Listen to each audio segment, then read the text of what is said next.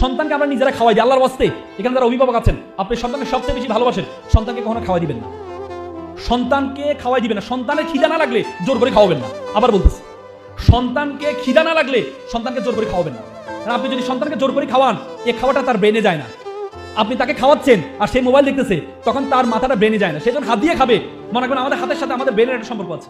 সে যখন খাবারটা হাত দিয়ে ধরবে, তখন তার হাত ইশারা করবে ব্রেনকে, এই তোমার জন্য খাবার আছে। তখন তার ব্রেনে ডোপামিন হরমোন ছেড়ে দিবে। তখন এই খাওয়ার চাহিদা সে টানবে।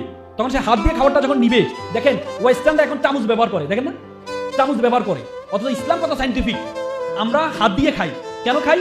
কারণ এখন বিজ্ঞান বলে আমাদের চামচ দিয়ে, এখন ওয়েস্টার্নরা অনেক, আমি দেখেছি অনেকে হাত দিয়ে খায়, অনেক হাইতে। ওই দিন আমি একটা কি বলে চায়নায় গিয়েছিলাম, সেখানে একটা হোটেলে রেস্টুরেন্টে বসলাম, একটা ওয়েস্টার্ন মেক্সিকো থেকে, সে দেখলাম চামচ রেখে হাত দিয়ে খাচ্ছে। তা আমি খুব কিউরিয়াসিটি হলো, তাকে আমি জিজ্ঞেস করলাম, আমি জানি যে সে কি আসলে বুঝে খাচ্ছে নাকি এমনি খায়। তাকে আমি জিজ্ঞেস করলাম যে আপনি কেন হাত দিয়ে খাচ্ছেন? বলে যে দেখেন হাত দিয়ে খেলে আমাদের ব্রেনের, তো আমি দেখলাম সেই ব্যাখ্যাটা জানে। তার মানে আপনি যখন হাত দিয়ে খাবেন, হাতে যখন খাবারটা নিবেন, তখন হাত যেহেতু ব্রেনের সাথে সম্পর্কিত, ব্রেনকে সে কি করবে, সিগন্যাল দিবে। তখন এই যখন খাবেন, এই খাবারটা তখন ব্রেনে যাবে। আবার সন্তান যখন খিদা লাগবে, তখন খাবার দিবেন। আমরা খিদা ছাড়া খাওয়া দিই, জোর করে খাওয়াই, লাঠি একটা নিয়ে খাওয়াই। এই সন্তানের মধ্যে খাওয়া ভীতিটা তৈরি করবেন না। আপনার সন্তান আহামরি খাইয়া কোনো লাভ হবে না। যদি কারো এক্সেপশন, ক্যান বি এক্সাম্পল, ব্যতিক্রম আছে, অনেকে সন্তান খেতে চায় না, সেটা ব্যতিক্রম আছে। অনেকে দেখবেন তার অসুস্থতা হইতে পারে। আর দাঁত দেখা যায় কার? একটু দেখেন তো, দাঁত কারো দেখা গেছে?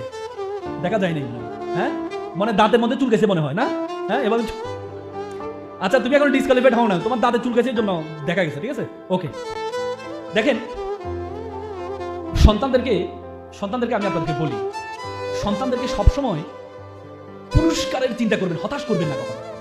আমরা সন্তান যখন এখন যদি কথা বলতে ধমক মারেন আপনি, আলটিমেটলি আপনি ধমক মারলে এই সন্তানকে কি সে ধমক বুঝবে না। আমরা সবসময় সন্তানকে এই বিড়ালের ভয় দেখাই না, হ্যাঁ। শেরে বাংলা ফজিলত বলেছে, যে মা বাপরা তার সন্তানকে বিড়াল দেখাইয়া ভাত খাওয়ায়, সে সন্তান কখনো বাঘ হবে না, সিংহ হবে না। সিংহ দেখাইয়া ভাত খাওয়াবে, বাঘ দেখাইয়া বাঘ আসবে, বিড়াল আসবে, এই কুকুর আসবে না। সন্তানকে করবেন না, বড় বড় জিনিস দেখাইয়া তাকে ভয় দেখাবে।